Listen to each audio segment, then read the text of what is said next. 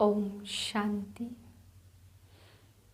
मैं आत्मा शक्तिशाली आत्मा हूँ, शक्ति स्वरूप हूँ। ज्ञान के भोजन से शक्तिशाली स्वरूप बन गया है। शक्ति स्वरूप के वाइब्रेशन मुझसे फैल रहे हैं। इसी स्थिति में आज के महावाक्य सुनते हैं। 31/10/2022 के महावाक्य।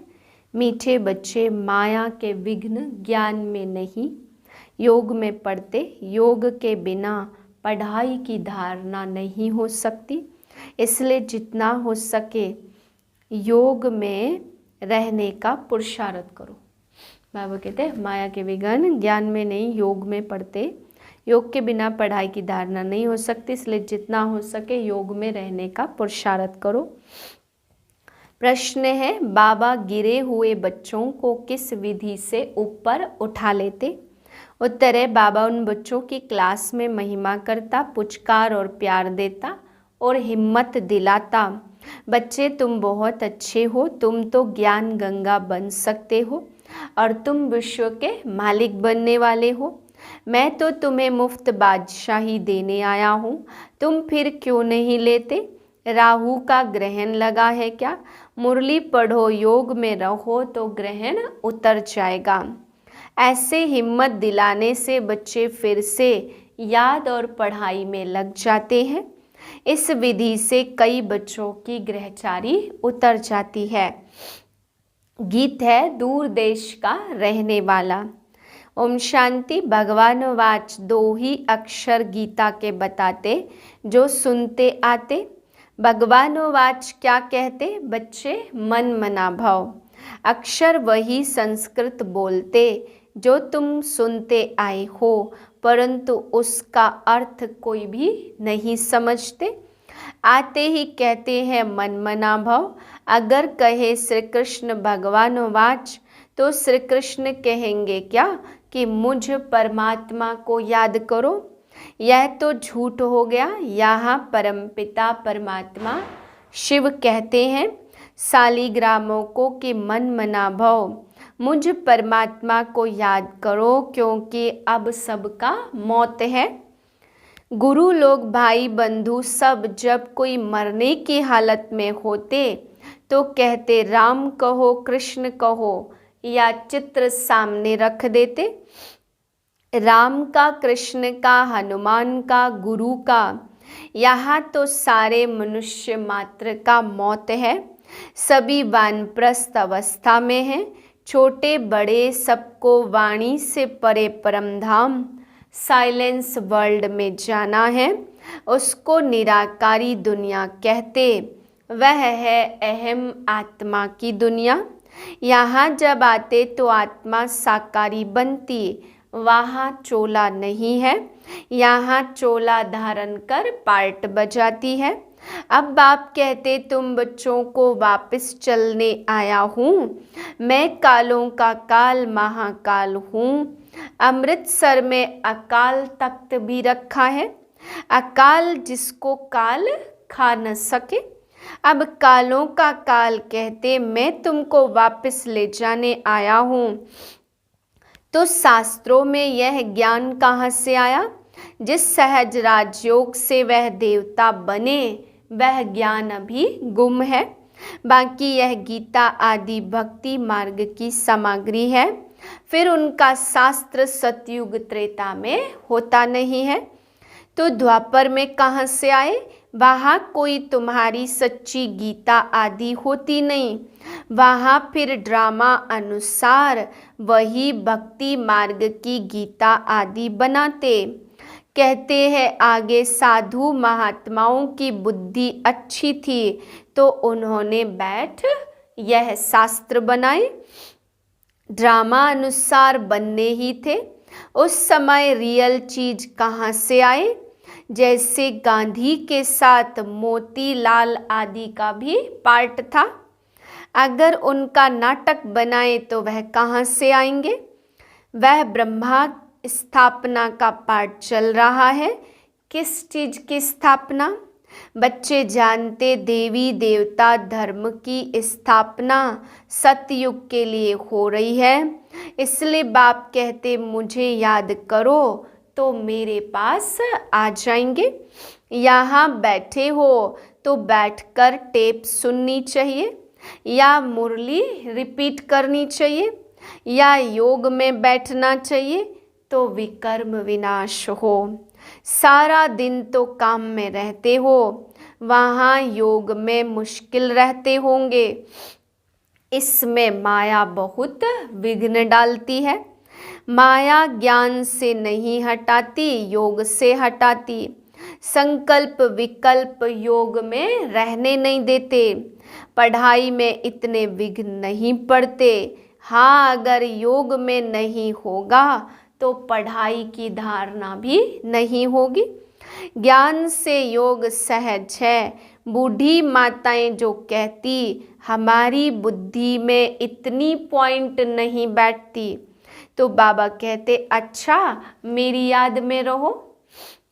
बाप कहते हे भक्तों, भक्त तो सब है परंतु तुम तो सिक्किलधे भगत हो। जिन्होंने पूरा आधा कल्प भक्ति की, सब तो पूरी भक्ति नहीं करते। कल तक जो आते रहेंगे वह इतना समय ही भक्ति करेंगे, परंतु तुम ही पूज्य और पुजारी बनते हो तो वह भी बच्चों को मालूम पड़ जाता। जो बच्चे बनते, श्रीमत पर चलते, समझते हैं यह हमारे कुल के हैं, जिनको पूरा निश्चय है कि हमको परमात्मा पढ़ाते, वह है सगे बच्चे। सगे बच्चे बलि चढ़ते, लगे बलि नहीं चढ़ते। इसमें डरना नहीं है। भक्ति में तो बलि चढ़ते आए हो, कुछ न कुछ ईश्वर अर्थ दान करते आए हो, यह भी बलि चढ़ना हुआ ना। फिर कहते परमात्मा ने पुत्र दिया, धन दिया, परंतु मनुष्य इसका अर्थ समझते नहीं है। तुम अब जानते हो यह भी बाप भक्ति का रिटर्न अल्पकाल के लिए देने आए हैं। सतयुग में ऐसे नहीं होता। तुम भक्ति में जो कुछ करते आए हो वह सतयुग में होता नहीं है। ना कोई गरीब होता वह ना जिसको दान करे, ना कोई शास्त्र होता, ना मंदिर होता। वहाँ कोई पुरुषार्थ नहीं जिसकी प्रारब्ध मिले। सारी प्रारब्ध है इस समय के पुरुषार्थ की। जैसे क्राइस्ट के महावाक्यों को कहते हैं बाइबल, यह मैसेंजर के महावाक्य हैं। क्राइस्ट को कभी गॉड फादर नहीं कहेंगे। अच्छा, बाबा समझाते कि उन्होंने गीता भल बनाई है, यादगार है, परंतु देवता धर्म का शास्त्र है, परंतु उन्होंने झूठा बना दिया। सच तो आटे में नमक मिसल है, क्योंकि पीछे बैठ बनाए। सतयुग त्रेता में किसको ज्ञान है नहीं, वह थोड़ी समझते कि सतयुग के इतने सोने हीरे के महल कहाँ चले गए, क्यों गए। कहते द्वारिका नीचे सागर में चली गई, परंतु सागर में जाती नहीं है। अर्थक्वेक आदि में सब खलास हो जाते, फिर स्वर्ग का नाम निशान नहीं रहता। प्रारब्ध भोग कर खलास कर दी तो उनका नाम निशान होता नहीं है, ना हिस्ट्री रहती। जैसे मंदिर बनते हैं तो उनकी हिस्ट्री है। पूजा कब से शुरू हुई, मोहम्मद गजनवी कब आया, कैसे भारत का धन लूटा, यह सब ज्ञान है बुद्धि के लिए भोजन। परंतु योग ठीक नहीं होगा तो सुनने समय खुश होगा, परंतु ठहरेगा नहीं। पवित्र नहीं होगा तो भी नहीं ठहरेगा। वह तो सभी कंठ कर लेते। यह तो पढ़ाई 21 जन्मों की है। देवताएं एक दो को वर्षा नहीं देते, इसलिए बाप कहते मुझे याद करो। भगवान तथा प्रजा जिसके लिए फादर पढ़ा रहे हैं, ऐसे नहीं आशीर्वाद करेंगे, उनका पढ़ाना ही ब्लेसिंग है। टीचर को कहेंगे क्या आशीर्वाद करो तो 100 मार्क्स मिल जाए। बाबा तो पढ़ाते, यह पढ़ाई सबके लिए है। मेरे को याद करो तो विकर्म विनाश हो जाएंगे और कोई रास्ता नहीं है। बाबा के पत्रों में तो चिट चैट होती है जो मधुबन में रात को सुनाई जाती है। मधुबन में बाबा हंसाएंगे भी, उमंग भी दिलाएंगे, कहेंगे तुम बड़ी अच्छी हो, ज्ञान गंगा बन सकती हो, तुम तो महारानी बनने वाली हो, गिरने वाले को भी उठाएंगे ना। बाबा कहते मैं जानता हूँ कि बहुतों को राहु का ग्रहण लग जाता, समाचार आते तो बाबा उनको उठाते। तुमको मुफ्त में बादशाही देने आया हूँ, तुम्हारे को हुआ क्या है? राहु का ग्रहण लगा, योग में रहो, मुरली सुनो, ऐसे पत्र लिखने पड़ते। बहुत प्रकार के पत्र आते, कोई की कोई के साथ दिल लग जाती तो आपस में प्लान बना लेते। अच्छा हम आपस में गंधर्वी विवाह करेंगे, मैं तुमको बताता हूँ, बंधन से छुड़ाता हूँ।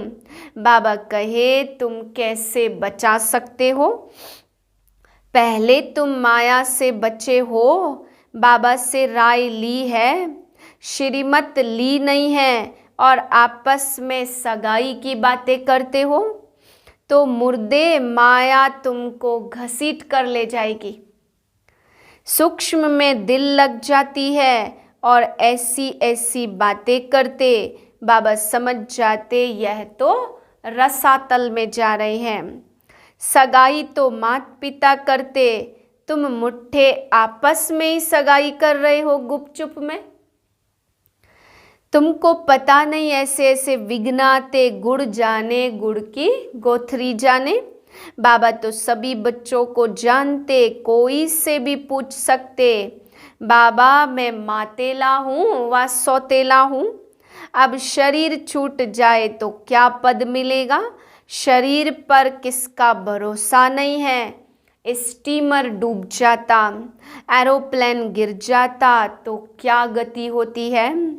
मौत तो सबके सिर पर खड़ा है, इसलिए आज का काम कल पर नहीं रखना, नहीं तो धर्मराजपुरी में साक्षात्कार होगा। देखो कल कल करते करते काल खा गया, श्रीमत पर न चले तो राज्य पद गवा लेते हो। थोड़ा भी सुनने वाला हो तो स्वर्ग में आ जाएगा। फिर जो जितनी स्थापना करेंगे तो उतना पद पाएंगे। जैसे गांधी जी को मदद की, कितने जेल में गए, कितने मरे, रिटर्न में क्या मिला? कोई साहूकार कांग्रेसी के पास जाकर जन्म लिया होगा। अब समय बाकी थोड़ा है, फिर क्या सुख मिला? ज्ञान सुनकर जाते तो व्यर्थ नहीं जाएगा। यहाँ कुछ छुड़ाया भी नहीं जाता, यहाँ तो उन्होंने तंग किया विकारों के लिए, तब लाचारी में उनको छोड़ना पड़े, नहीं तो क्या करे?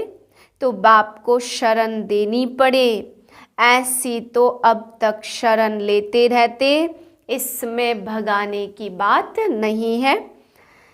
यह तो ड्रामा अनुसार गौशाला बननी थी। कहते हैं ना कृष्ण ने नदी पार की तो गौओं से भी पार की होगी। है सारी इस समय की बात। इस सब बातों से पहले ज्ञान लो और वर्षा लो, बल धंधा करो, साथ साथ यह सेकंड कोर्स उठाओ। विलायत में रहते मुरली जरूर पढ़ो। अच्छा मीठे मीठे सिके लदे बच्चों प्रति माता पिता बाप दादा का याद प्यार। गुड मॉर्निंग रूहानी बाप की रूहानी बच्चों को नमस्ते। हम रूहानी बच्चों की रूहानी बाप को नमस्ते। धारणा के लिए पहली पॉइंट, देह के संबंधों को भूल अपने को अकेली आत्मा समझो। बाप पर पूरा पूरा बलि चढ़ना है, इसमें डरना नहीं है। दूसरी पॉइंट, धर्मराज की सजाओं से बचने के लिए आज का काम कल पर नहीं छोड़ना। पढ़ाई के आधार से बाप की ब्लेसिंग लेते रहना है। वरदान है, मन से दृढ़ प्रतिज्ञा कर, मन मना भाव के मंत्र को यंत्र बनाने वाले सदा शक्तिशाली भाव।